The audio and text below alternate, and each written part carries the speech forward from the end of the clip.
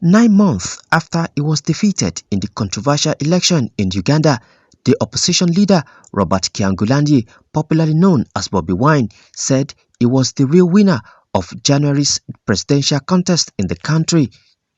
Wine, who unsuccessfully ran for the country's top job in January, accused President Yoweri Museveni of mass murder and called on the Ugandan people to liberate themselves.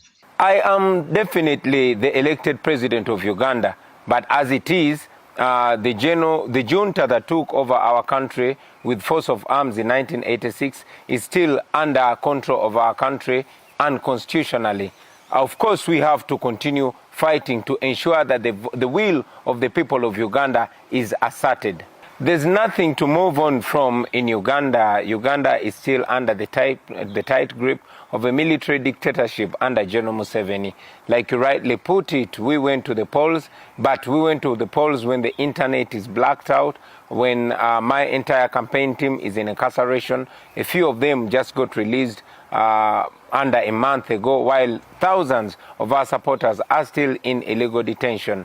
The African Union, like you say, did not say a word. And yes, the international community, apart from a few statements, continue to be, silent about the atrocities that actually continue happening in Uganda.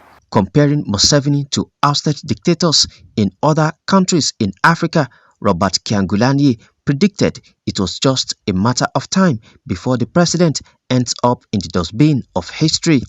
Bobi Wine also said he rejected a recent offer by Museveni for dialogue, stressing that the president's approach has been either coercion or co-optation.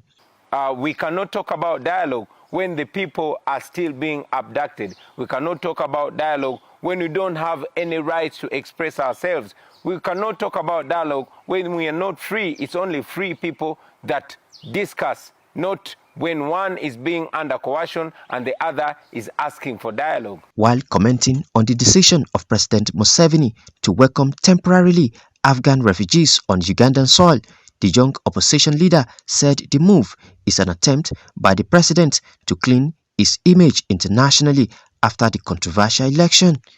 We have Ugandans in their hundreds that are stuck in Afghanistan. There has not been any policy of repatriating them back home or even considering them. And not only that, Ugandans have been stuck in various countries during the start of the COVID-19 pandemic, and they've not been thought about. So we have every reason to believe that General Museveni is trying to cleanse his name and get in good books with the United States and the international community, of course, at the cost of Ugandans.